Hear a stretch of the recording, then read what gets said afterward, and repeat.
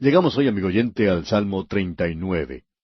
Y este es un salmo muy destacado porque nos revela la fragilidad, la debilidad y la pequeñez de la humanidad.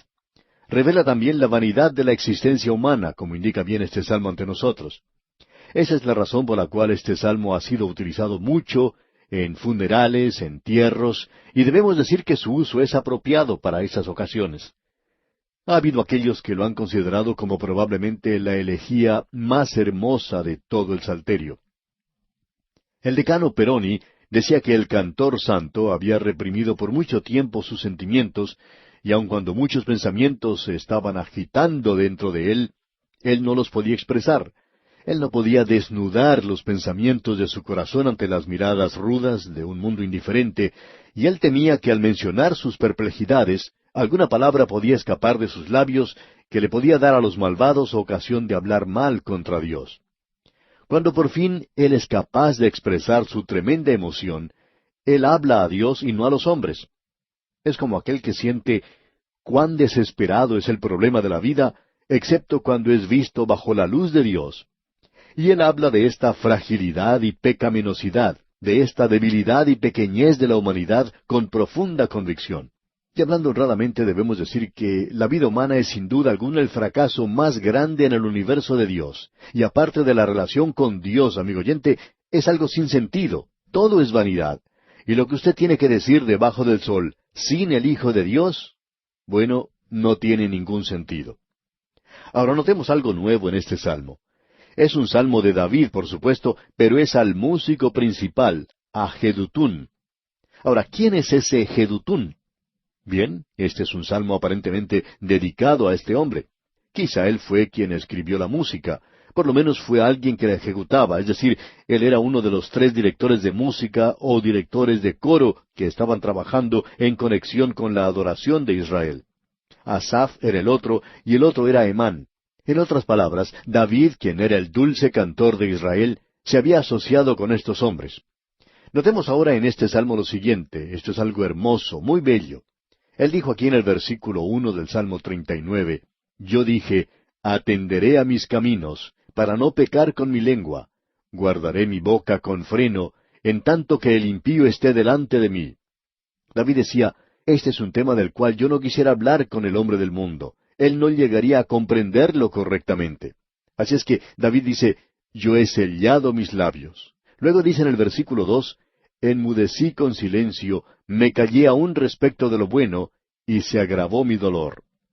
Pero él quería hablar y finalmente él simplemente abre su corazón ante Dios, y dice en el versículo 3, se enardeció mi corazón dentro de mí, en mi meditación se encendió fuego, y así proferí con mi lengua. Pero, ¿a quién le está hablando? Él está hablando con el Señor. Escuche lo que dice aquí en el versículo 4. Hazme saber, Jehová, mi fin, y cuánta sea la medida de mis días, sepa yo cuán frágil soy. La fragilidad del hombre. Él decía, ¿cuál es el propósito de la vida? ¿Qué es lo que le da significado a la vida? Eso es probablemente lo que esta nueva generación nuestra ha presentado, y en realidad lo ha hecho de una manera extraordinaria. Ellos han presentado esta pregunta porque después de la Segunda Guerra Mundial, esa generación solo quería vivir en paz, tener una pequeña casita, un automóvil en su garaje y algo que comer. Querían vivir en una sociedad de abundancia, cerrar los ojos a todo lo que ocurría alrededor para escapar de esa responsabilidad. Y lo que resultó fue un estancamiento, se creó una gran tensión y cosas por el estilo. Llegó entonces la nueva generación, aún a hogares creyentes, y miraron a su alrededor y dijeron, ¿es esto todo lo que hay en esta vida? Bueno, eso es lo que David está diciendo aquí. ¿Cuál es el significado de la vida? Amigo oyente, los creyentes pueden vivir de tal manera en la actualidad que su vida no tiene ningún sentido. Lo que tenemos aquí es bueno para los padres y las madres del presente. ¿Está usted, amigo oyente, viviendo una vida como creyente de tal manera que está usted enseñándole a sus hijos a seguir a Jesús? ¿O los está apartando del todo? Hay muchos desadaptados que van de un lugar a otro por nuestras calles en la actualidad, que se han creado toda clase de problemas, y estos venían de lo que se conoce como un buen hogar. Así lo decimos, que era un buen hogar, por lo menos así parecía al observarlo desde afuera. Pero usted se da cuenta, amigo oyente, que estos jóvenes miraban lo que allí pasaba y decían, No tiene ningún sentido la forma de vivir que ellos tienen. Tenemos pues aquí verdaderamente un salmo extraordinario. Luego el salmista dice en los versículos 4 y 5 de este Salmo 39, Hazme saber, Jehová, mi fin, y cuánta sea la medida de mis días. Sepa yo cuán frágil soy.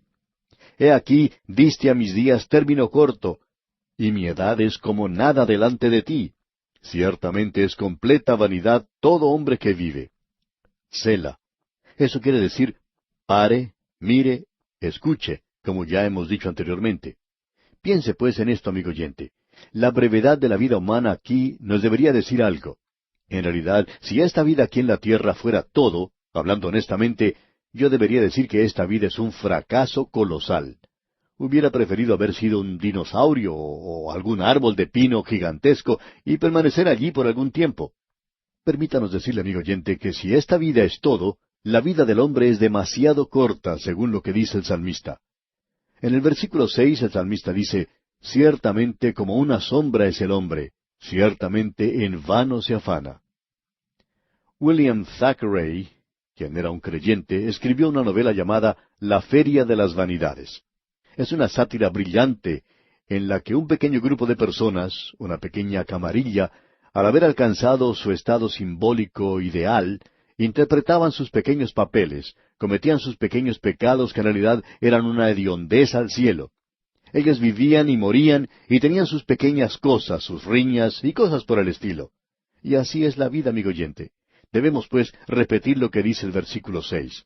Ciertamente como una sombra es el hombre, ciertamente en vano se afana. Amontona riquezas y no sabe quién las recogerá. Es lo mismo que los creyentes de la actualidad. Ellos reúnen una fortuna aquí y algunos ni siquiera alcanzan eso, pero lo que reúnen lo tienen que dejar para que sea gastado por hijos sin Dios, o sus amigos o parientes. Y el salmista pregunta, ¿cuál es el propósito de todo esto?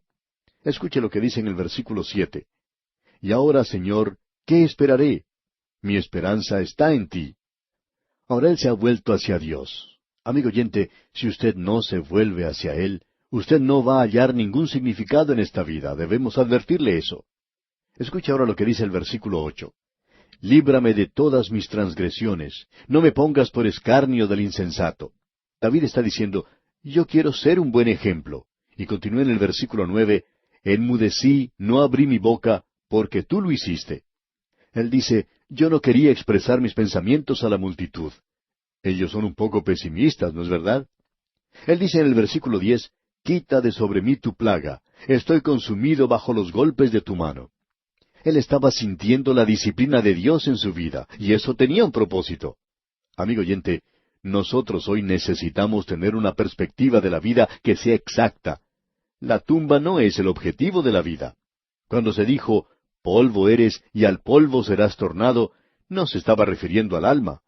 El hombre en el presente está encaminado en un largo viaje, y la eternidad se encuentra más allá. Esto debería tener para nosotros una anticipación gloriosa. Y ahora él finaliza diciendo en el versículo 12 de este Salmo 39, Oye mi oración, oh Jehová, y escucha mi clamor. No calles ante mis lágrimas, porque forastero soy para ti y advenedizo como todos mis padres.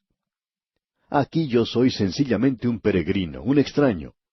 A nosotros, amigo oyente, nos gusta apartarnos a nuestro rinconcito, acomodarnos bien y pensar que eso será algo permanente. Pero lo único que logramos es tener una seguridad falsa aquí.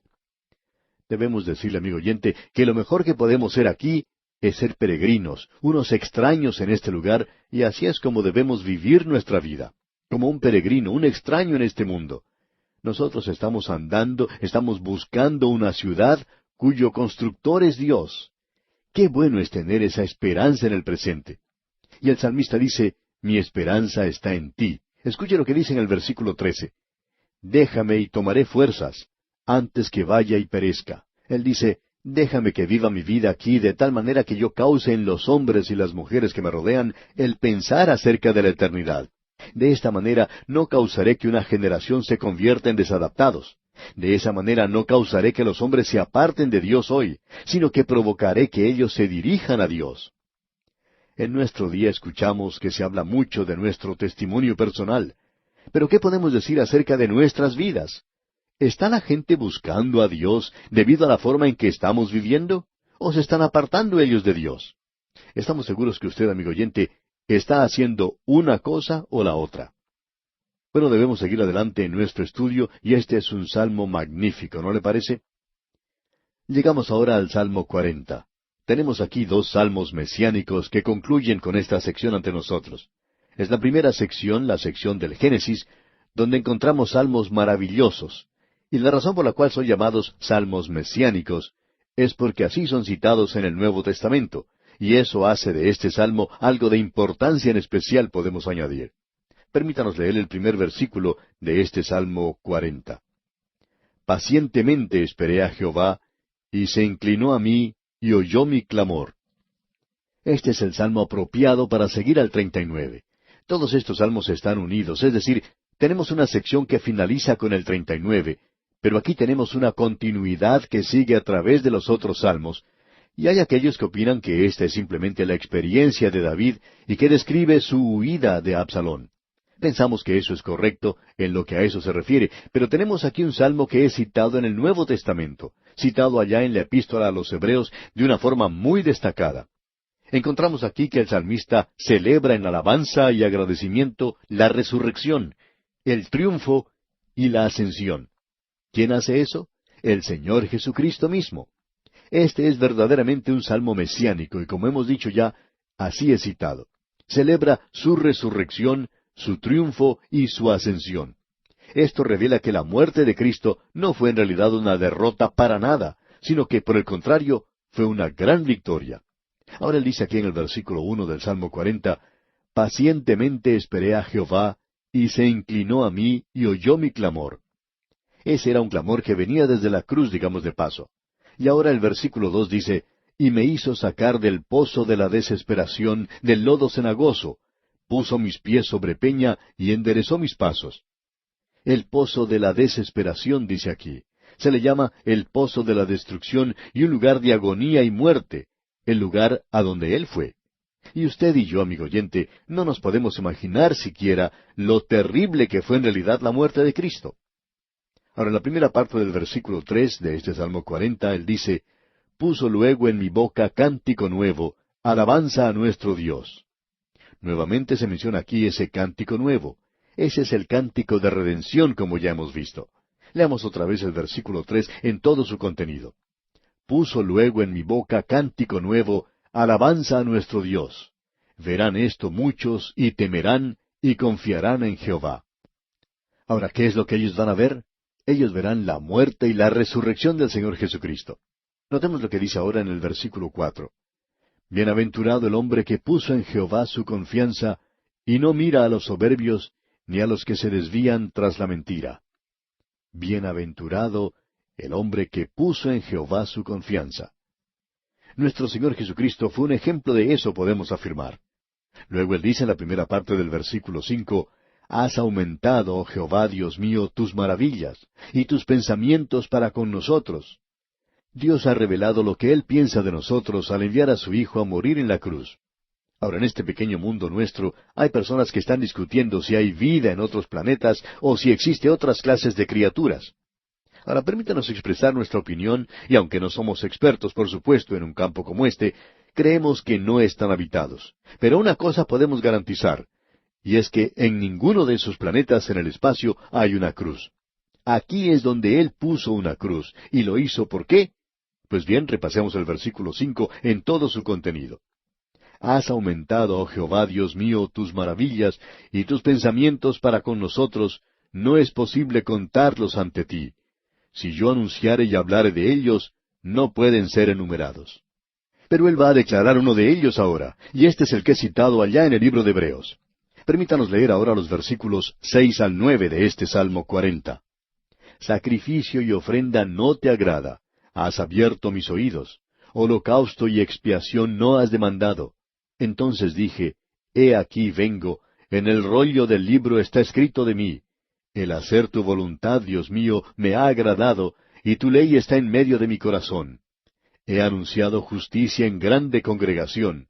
He aquí, no refrené mis labios, Jehová, tú lo sabes. Esta es una sección muy destacada. Y luego él continúa diciendo en el versículo 10, no encubrí tu justicia dentro de mi corazón. He publicado tu fidelidad y tu salvación. No oculté tu misericordia y tu verdad en grande asamblea. Este es un salmo verdaderamente maravilloso. Y sigue al otro que revelaba la fragilidad del hombre.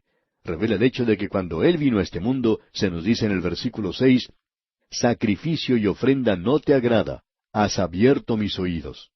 Esto es algo extraño, porque cuando uno va al capítulo 10 de la Epístola a los Hebreos, uno lee esto, y en el versículo 5 se nos dice lo siguiente, por lo cual, entrando en el mundo, dice, sacrificio y ofrenda no quisiste, mas me preparaste cuerpo.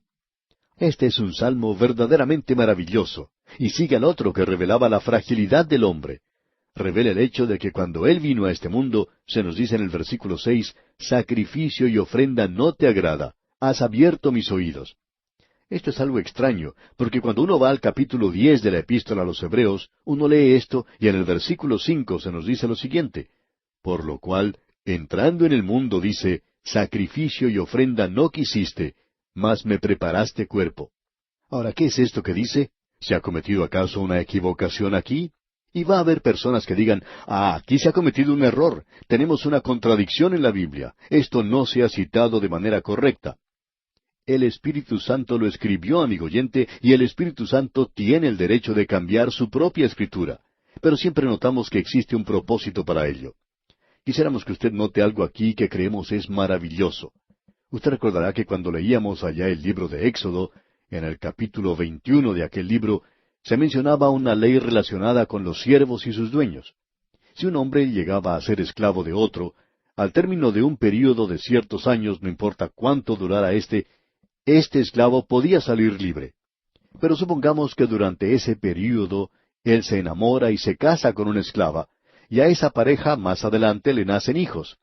Ahora, cuando llegaba el tiempo cuando el esclavo podía salir libre, él podía hacerlo, pero ella, su esposa, debería quedarse. Ella era también una esclava. Ella no podía salir. Ahora, ¿qué es lo que él puede hacer?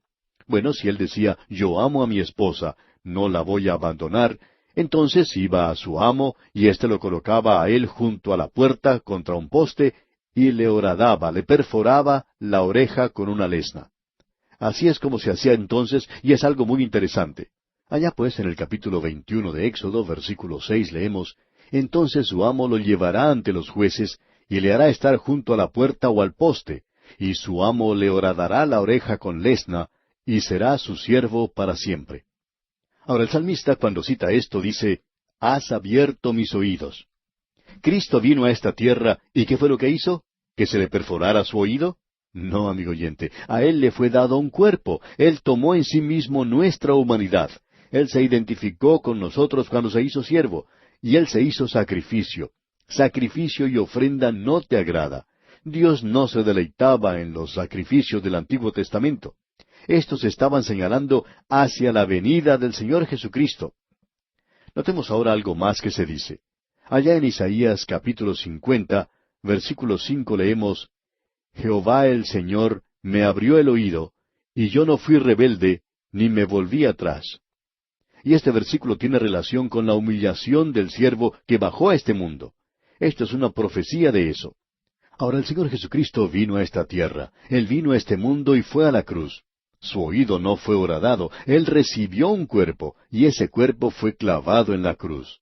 Él llevó de regreso al cielo un cuerpo glorificado, con las marcas de los clavos en sus manos y sus pies, y Él llevará esas cicatrices a través de toda la eternidad, para que yo pueda ser presentado sin mancha ni contaminación ante Él. Este, amigo oyente, es un salmo mesiánico, un salmo que revela la crucifixión del Señor Jesucristo. ¿Cuánto nos agradaría permanecer más tiempo aquí? Permítanos decir ahora una palabra para terminar en cuanto al último salmo en esta sección. Es el Salmo 41. Cuando uno lee este Salmo 41, se da cuenta que comienza con una bendición. Dice, Bienaventurado el que piensa en el pobre. Y finaliza diciendo en el versículo 13, Bendito sea Jehová, el Dios de Israel. En esa palabra podemos ver que quiere decir que es feliz. Esta sección, la sección de Génesis de los Salmos, comenzó con un hombre feliz y finaliza de la misma manera. Y aquí tenemos un salmo mesiánico. ¿Qué es lo que tiene aquí? Bien, tiene la traición de Judas. En el versículo 9 leemos, Aun el hombre de mi paz, en quien yo confiaba, el que de mi pan comía, alzó contra mí el calcañar. Este es un versículo que he citado en muchas partes. Fue citado en el Evangelio según San Juan, capítulo 13, versículo 18, y esto se cumplió en Judas, y hace de éste un salmo mesiánico. Tenemos algo más, notemos el versículo 10. Mas tú, Jehová, ten misericordia de mí, y hazme levantar, y les daré el pago. Tenemos aquí la resurrección, escuche, y hazme levantar, y les daré el pago. Usted puede apreciar que en esta sección de Génesis tenemos la muerte de Cristo, también tenemos la resurrección, pero usted se da cuenta que la muerte de Cristo, y deseamos expresar esto con toda claridad, la muerte de Cristo no salva a nadie. Es la muerte y la resurrección de Cristo lo que salva. La resurrección es muy importante. ¿Qué es el Evangelio? Jesús murió por nuestros pecados según las Escrituras, según los Salmos, y Él fue sepultado y resucitó al tercer día según las Escrituras. Esto es parte del Evangelio, la resurrección, y sin ella no hay Evangelio. En el día de hoy estamos viendo nuevamente a incrédulos que están hablando de Jesús. Tienen todos ellos una opinión de Él, porque así son las cosas. ¿Quién dicen los hombres que es el Hijo del Hombre? Usted tiene que tener una opinión. Y hoy aún en estas representaciones modernas acerca de Jesús, ellos siempre lo dejan sobre la cruz o lo dejan en la tumba. Thomas Jefferson lo dejó allí en sus enseñanzas morales de Jesús. Él lo dejó allí donde dice, ellos hicieron rodar la piedra en la tumba. Allí no hay evangelio, amigo oyente, pero la piedra fue quitada y Él salió de la tumba, y eso es lo que tenemos, la resurrección. Luego nosotros podemos decir en una manera maravillosa, bendito sea Jehová, el Dios de Israel, por los siglos de los siglos. Y luego tenemos un amén doble, amén y amén. ¿Qué quiere decir? Que Él ha puesto el toque final en cuanto a nuestra salvación, y que cuando Él se levantó de entre los muertos, Él ascendió al cielo y se sentó, porque Él ya había finalizado todo por nosotros. Amigo oyente, usted no tiene nada que agregar a esto, pero tampoco tiene que quitarle al Evangelio. Él murió, Él resucitó, y sin eso no hay Evangelio. ¡Qué tremenda es esta sección de los Salmos! En nuestro próximo programa, Dios mediante, vamos a continuar en la sección de Éxodo de los Salmos. Esto es grandioso.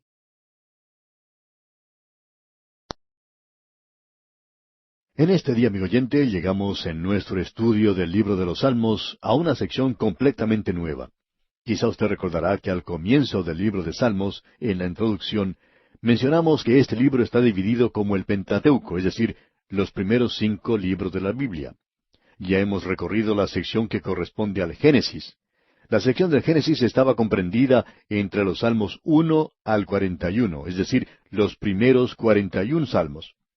Esos eran los salmos donde se hablaba de la manera maravillosa de la creación. El Salmo 8 en especial es un gran salmo de creación. Luego había otros salmos que se referían a esto. En el Salmo 19 tenía que ver con el hombre al mismo comienzo, el hombre bendito, el postrer Adán en realidad. Eso lo pudimos ver allá en el Salmo 1. Y luego vimos que el propósito esencial de Dios es el de llevar a su rey al trono. Esa era una sección maravillosa. Llegamos ahora al comienzo del Salmo 42. Y la sección de Éxodo comprende hasta el Salmo 72. Vamos a encontrar aquí, de la misma manera en que uno encuentra al comienzo del libro de Éxodo, que el pueblo de Dios se encuentra en una tierra extraña, lejos de la tierra prometida. Esta es gente que está sufriendo. La bota opresora del dictador está sobre ellos. Uno puede oír sus quejidos, sus lamentos, puede escuchar el sacudir del látigo de los crueles capataces que los castigan. Ellos están pasando por grandes dificultades. En lugar de disminuir, éstas están aumentando. Finalmente, sus quejidos son oídos. El Señor se levanta a favor de su pueblo sufriente, y entonces Él cumple el pacto que ha hecho con Abraham, Isaac y Jacob. Y luego el Señor los saca de la tierra de Egipto. Eso es lo que vemos aquí. Estos salmos que encontramos aquí, los primeros 7 salmos, del 42 al 48, nos indican las mismas condiciones, pero esto no tiene nada que ver con el pasado. Tiene su objetivo en el futuro y revela las experiencias futuras del remanente de Israel. Eso es lo que vamos a ver. Ellos están lejos de Jerusalén, están muy lejos del lugar santo. Ellos están alejados de Jehová como lo estaban cuando se encontraban en Egipto. Encontramos en esta sección algo que uno no puede conocer ordinariamente simplemente leyéndolo. En la primera sección se puso el énfasis en Jehová o en el nombre de Dios. En esta sección se ha destacado Elohim.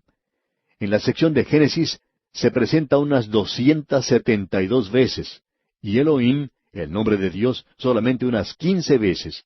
Ahora, cuando llegamos a la sección del Éxodo, el nombre Elohim ocurre unas 164 veces, mientras que Jehová es mencionado solamente unas 30 veces.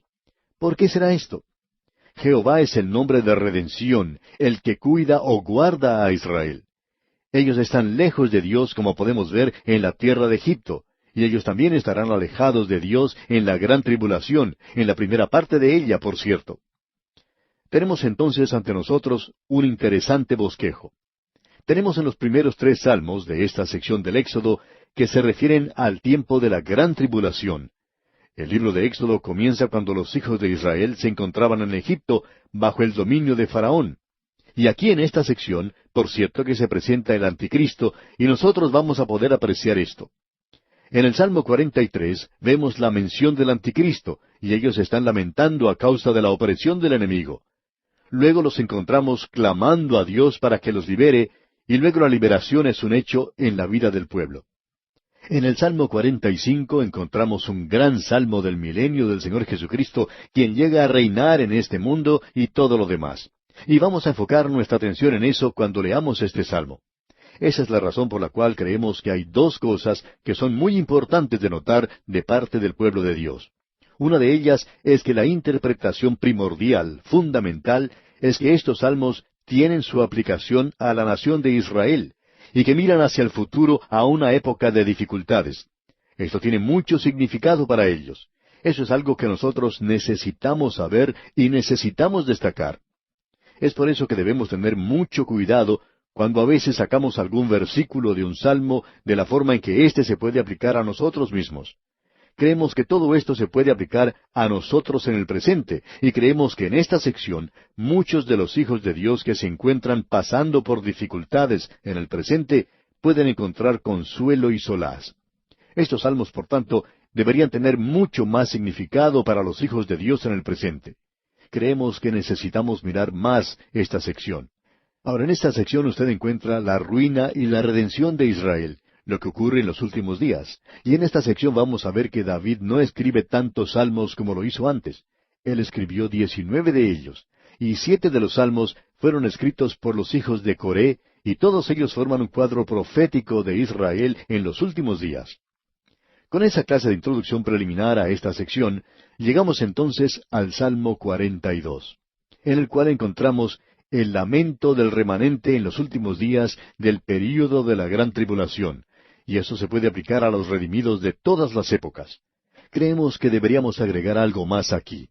Esto nos evitará el pensar que Israel está excluido del plan y propósito de Dios para el futuro que tiene tanta importancia en la palabra de Dios. Es lo mismo que rechazar cierta porción de la palabra de Dios y decir, sí, yo creo en la inspiración de las Escrituras, pero por ello quiero decir las Escrituras que se pueden aplicar directamente a mí y que si ellas se aplican a otras personas, especialmente si yo no tengo mucho interés en ellas, pues entonces no creo que es la palabra de Dios aparte de lo que se puede aplicar para uno mismo. Pensamos, amigo oyente, que ese es uno de los grandes peligros de parte de muchos en el presente. Ahora, en el Salmo 42, usted encuentra el sufrimiento futuro de los santos durante el período de la gran tribulación. Usted recordará que ellos estaban en la tierra de Egipto. Dios los redimió primeramente por la sangre. Durante la noche pasó el ángel de la muerte y la sangre se encontraba en los dinteles de la puerta. Era una redención por sangre. Se había sacrificado el Cordero de la Pascua. Pero hay otro segundo aspecto de la redención que tomó lugar en el Mar Rojo. Esa es la redención por poder. Y aquí tenemos, digamos de paso, la redención ante nosotros. La redención de ese entonces. Y esta gente está lejos de su propia tierra. Este es el remanente de Israel. Y vamos a mencionar algo más, aun cuando tenemos mucha introducción aquí, pero creemos que esto es muy importante para nosotros, para que podamos comprender bien estos salmos. Otra cosa que creemos es algo maravilloso de notar en esta parte es que aun cuando estos salmos tienen una aplicación maravillosa para cada uno de nosotros en el presente, debemos reconocer que es primordialmente para el remanente. Y cuando decimos remanente, no queremos decir toda la nación. Debemos tener esas dos cosas en mente. Cuando usted dice Israel, el pueblo elegido, usted siempre se está refiriendo al remanente, no a la nación completa. Cuando usted, amigo oyente, dice la iglesia, ¿qué es lo que quiere decir? ¿Es acaso la iglesia la suma de todas las denominaciones e iglesias? No, amigo oyente, no creemos que sea así. La iglesia está formada por el cuerpo de creyentes que están en Cristo, y ellos no llegan a ese punto al haber simplemente inscrito sus nombres en el registro de una iglesia, o al unirse a una iglesia, o al pasar por alguna ceremonia. Solamente lo pueden hacer mediante una relación personal con Cristo. Así es que debemos hacer siempre una diferencia entre la iglesia organizada, la iglesia visible, como se la llama generalmente, y la iglesia invisible.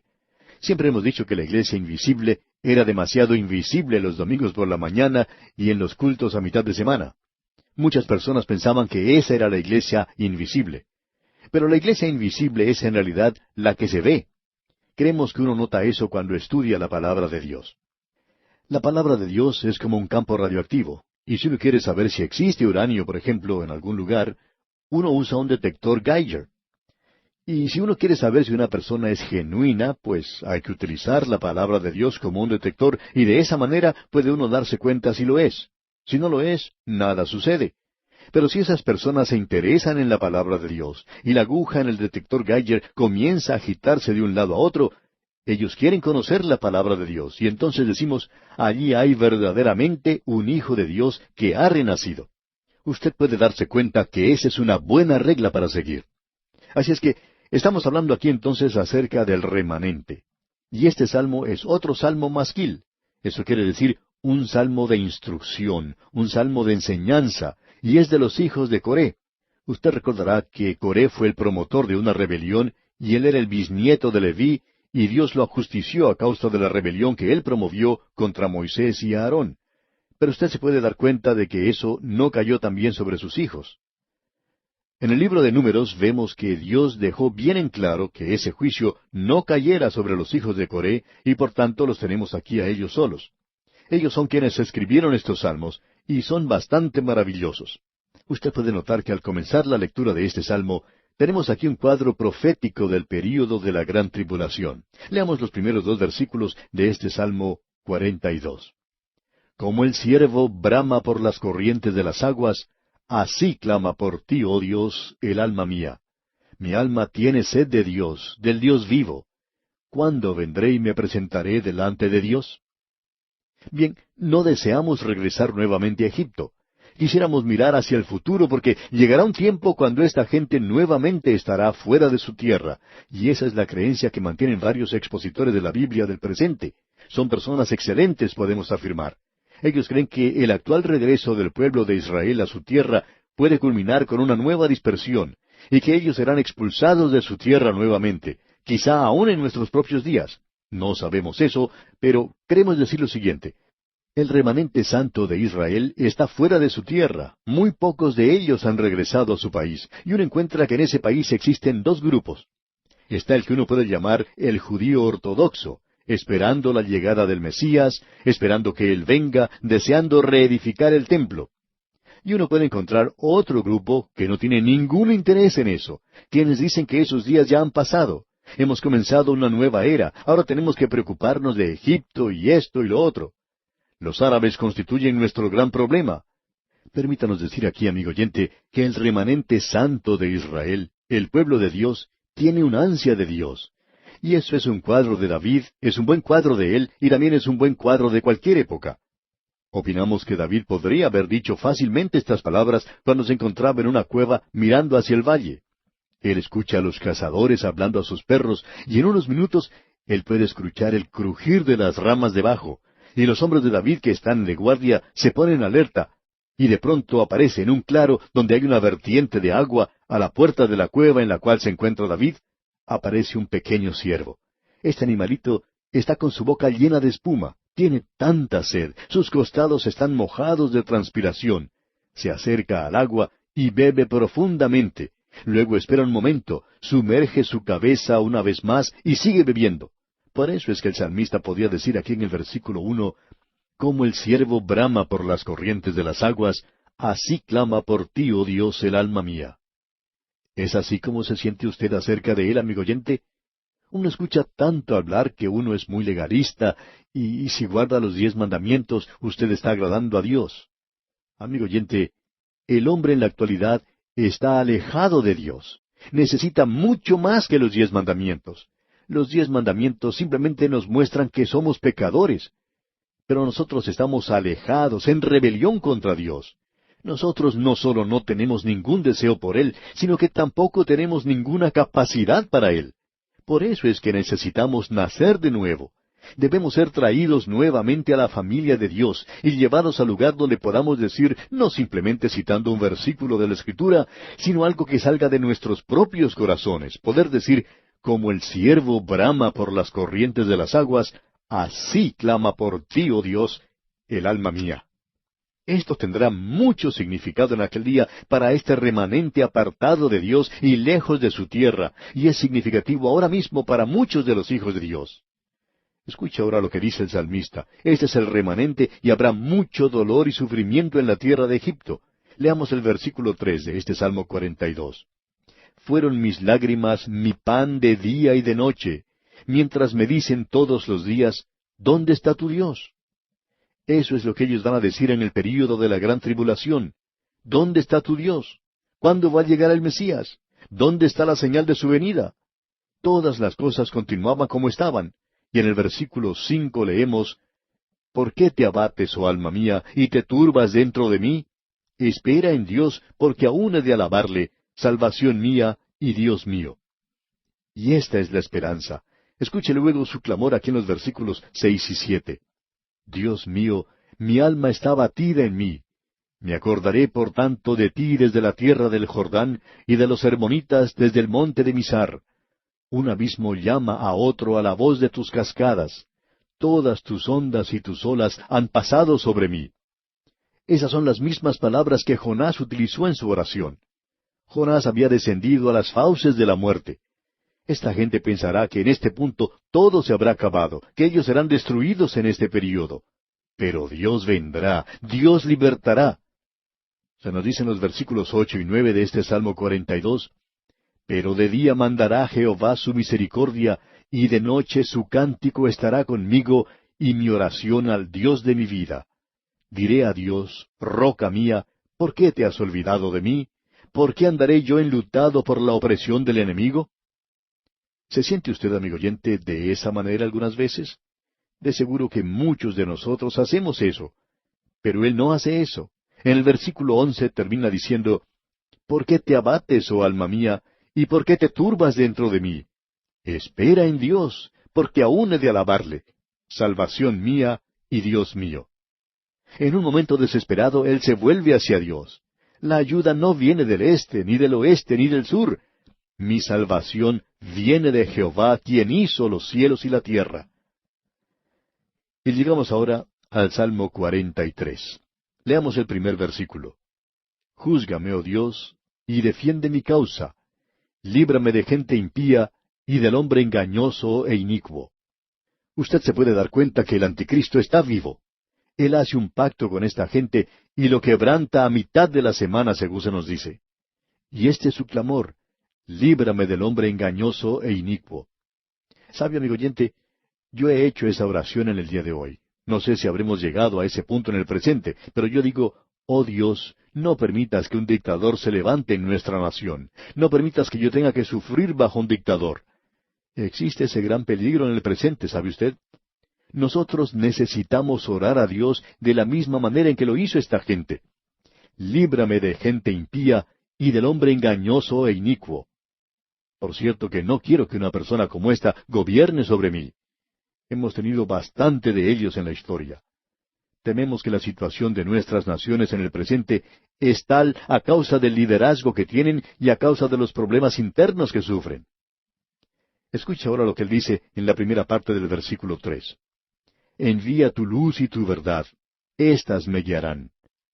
¿Qué es lo que él está pidiendo en su oración? Bien, el Señor Jesucristo dijo, yo soy la luz del mundo. Él dijo, yo soy el camino, la verdad y la vida. Usted se da cuenta, amigo oyente, que cuando él dijo eso, no fue algo que fue olvidado por aquellos que lo escucharon, porque ellos sabían que si él era la luz y él era la verdad, él era el Mesías que había venido a librarlos. Leamos otra vez este versículo 3 del Salmo 43.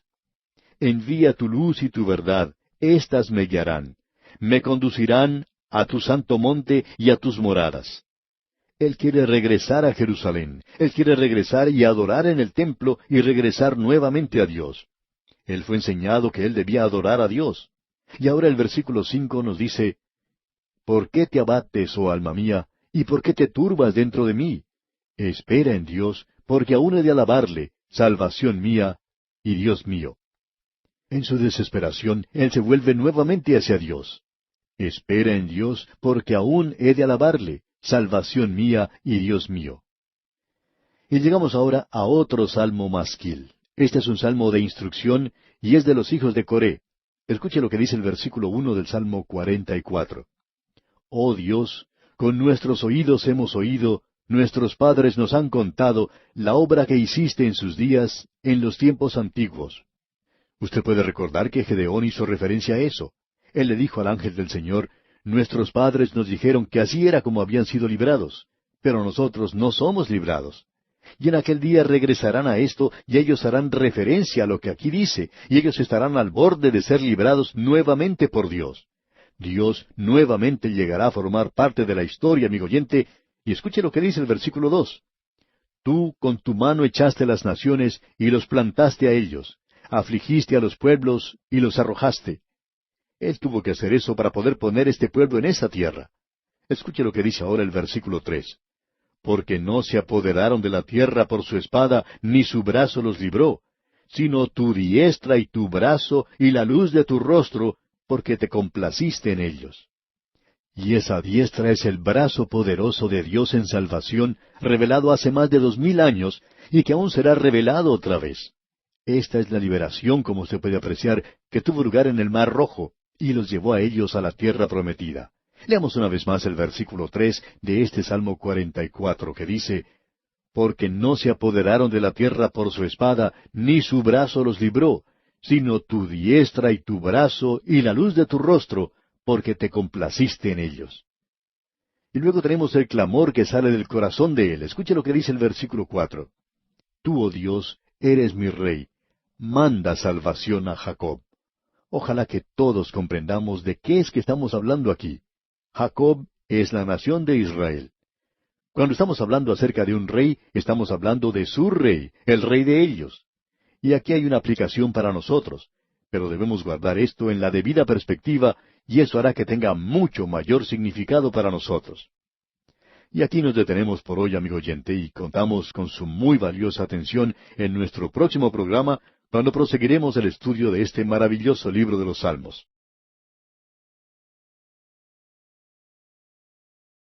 Regresamos hoy, amigo oyente, al Salmo 44.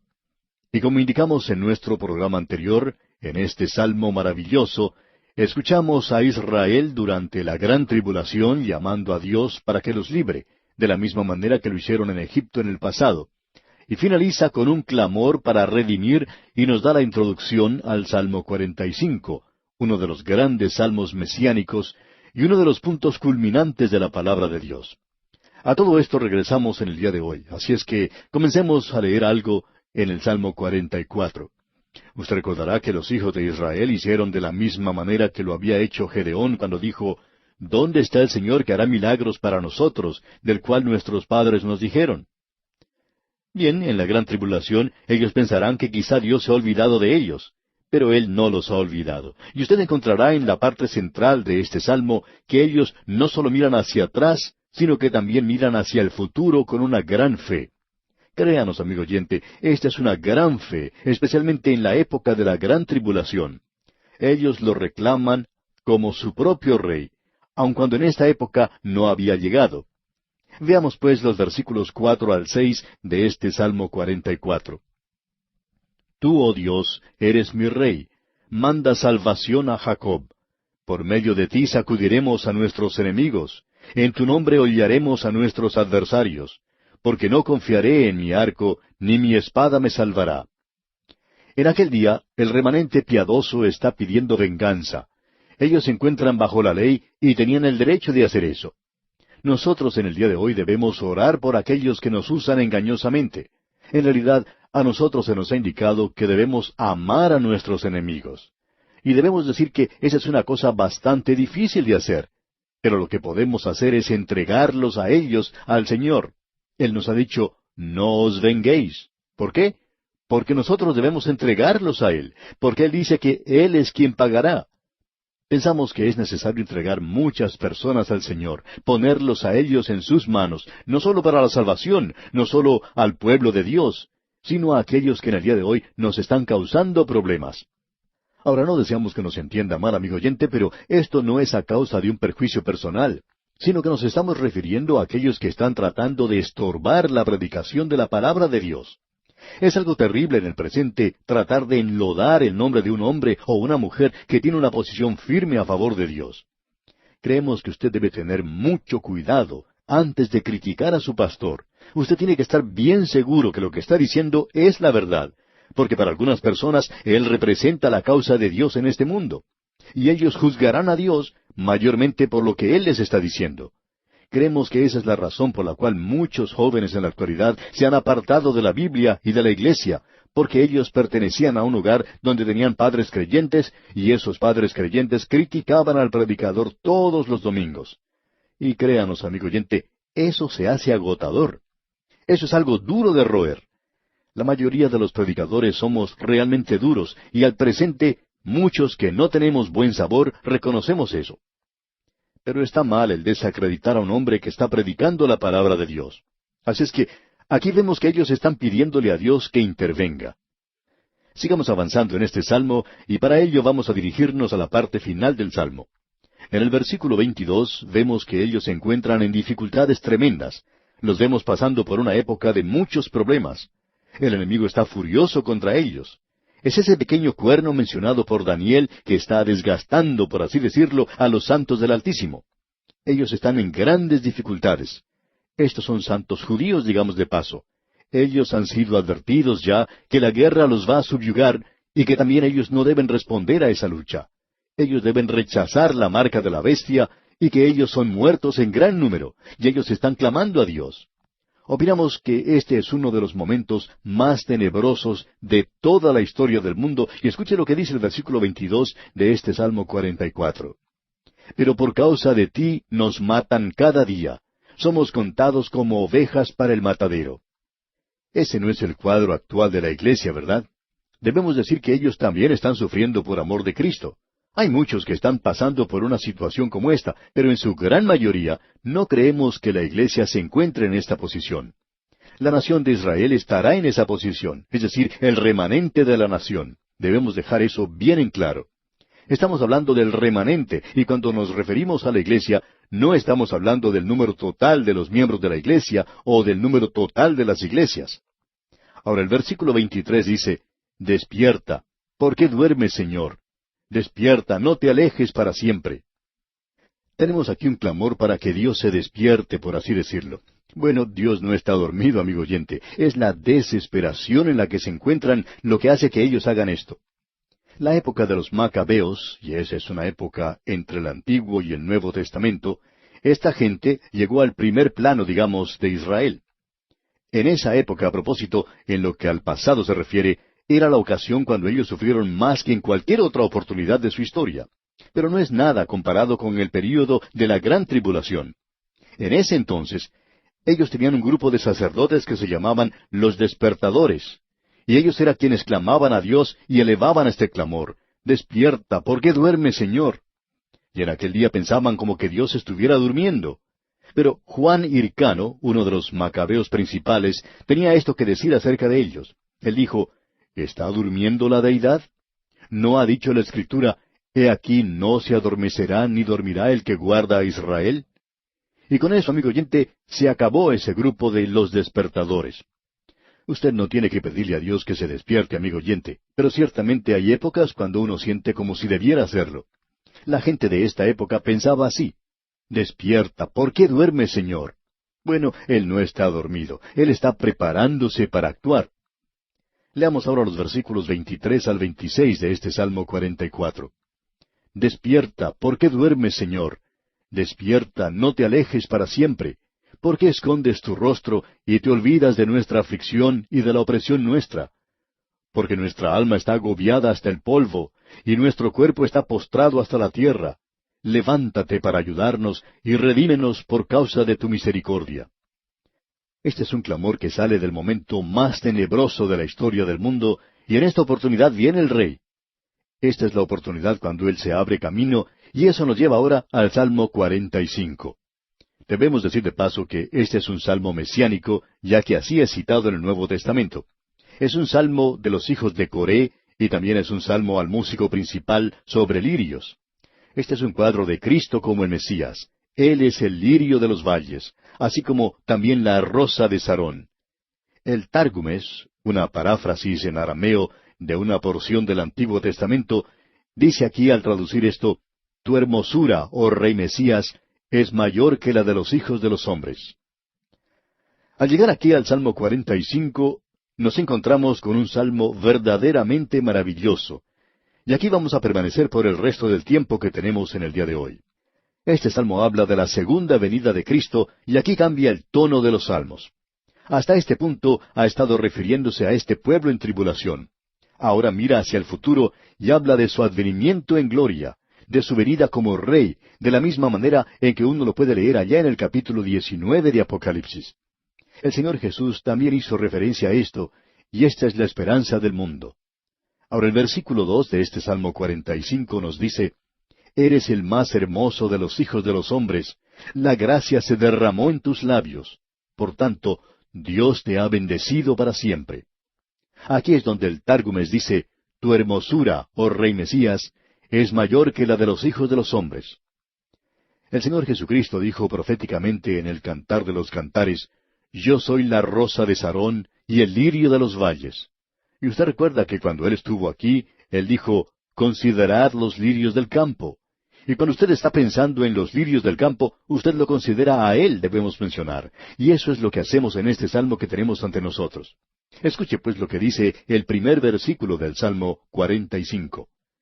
Rebosa mi corazón palabra buena, dirijo al Rey mi canto, mi lengua es pluma de escribiente muy ligero. Es interesante notar lo que dice aquí. Rebosa mi corazón. O sea, yo tengo algo que decir y me gustaría mucho poder decirlo porque mi lengua se mueve mucho más rápido de lo que hace mi pluma. Y eso es cierto con muchos de nosotros.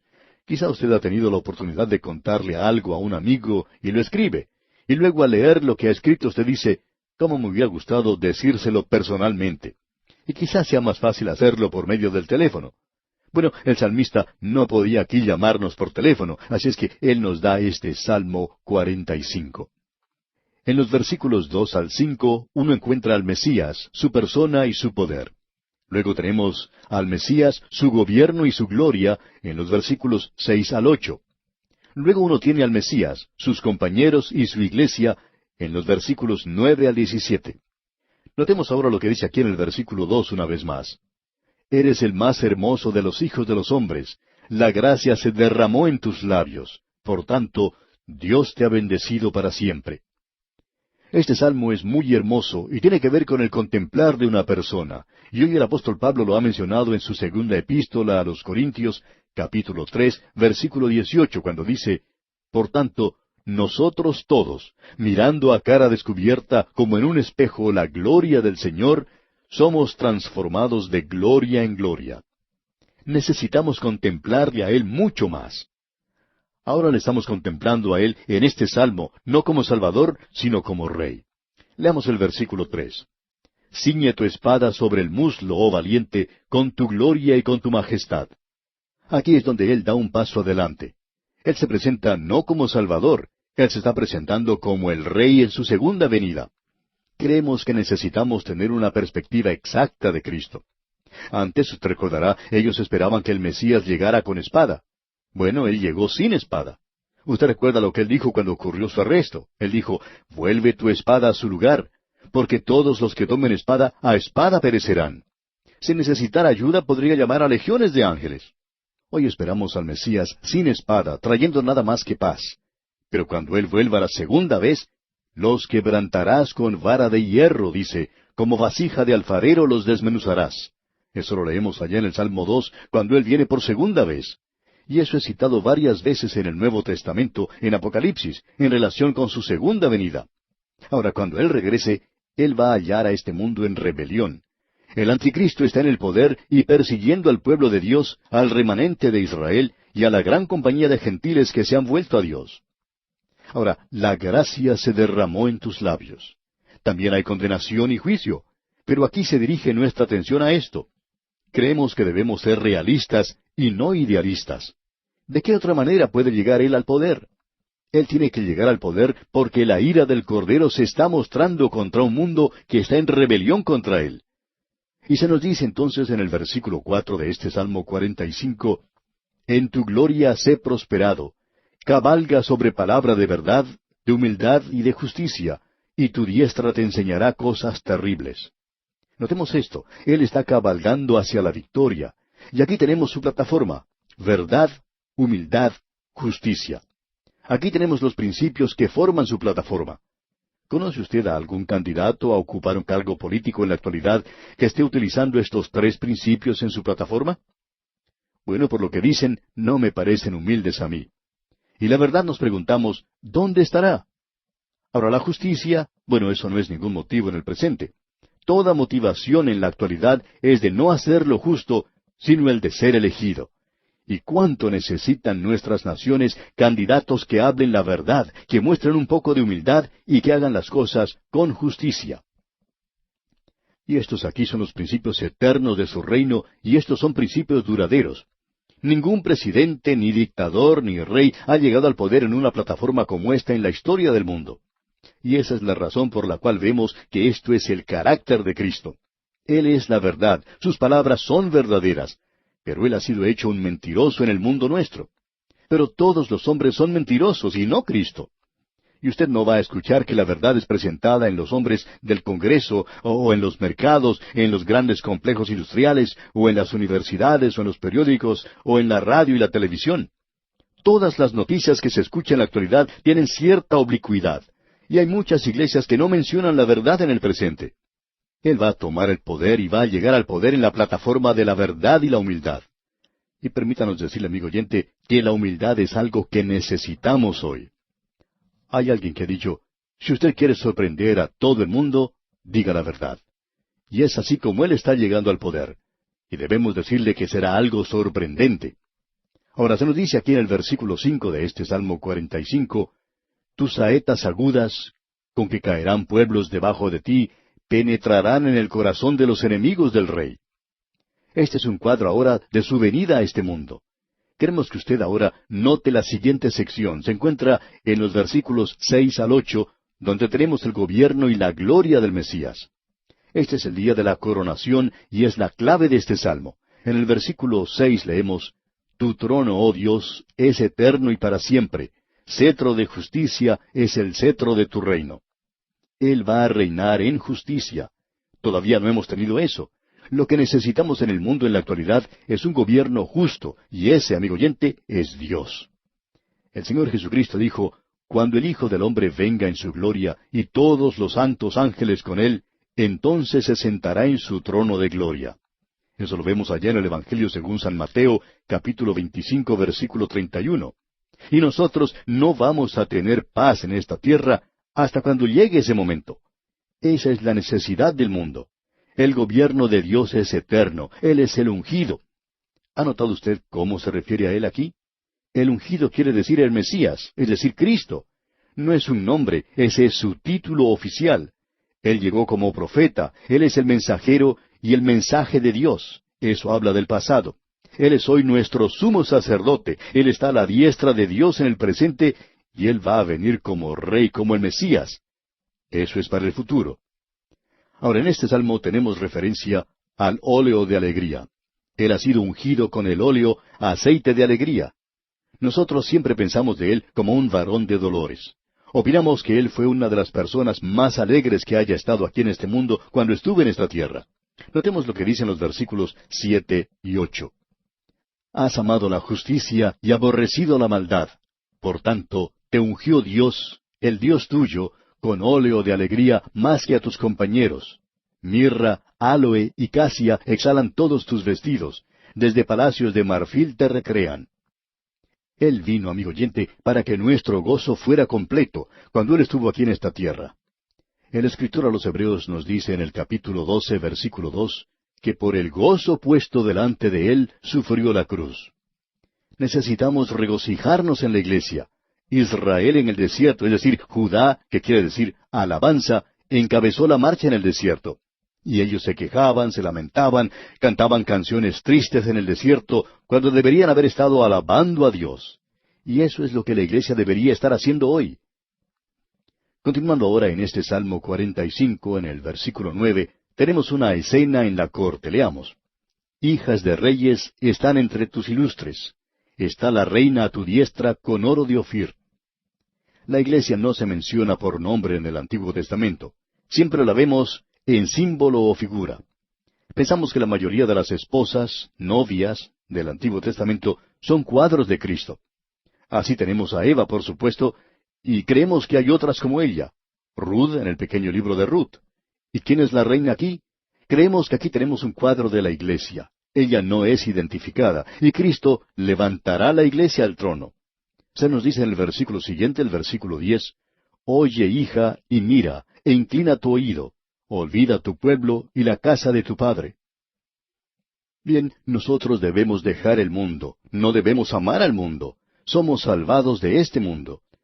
Nosotros debemos asirnos de él, agarrarnos de él. La iglesia tiene que hacerse hermosa. Ahora el versículo 11 dice, Y deseará el rey tu hermosura, e inclínate a él, porque él es tu Señor. ¡Qué cuadro el que tenemos aquí, amigo oyente! El pecado es quitado en ese día.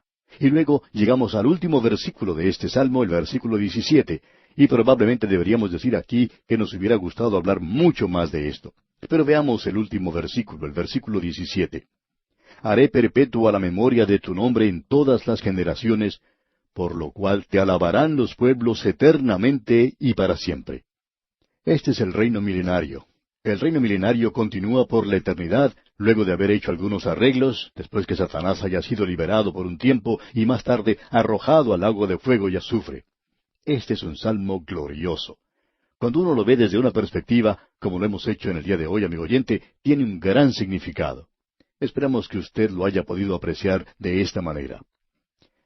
Y vamos a detenernos aquí por hoy.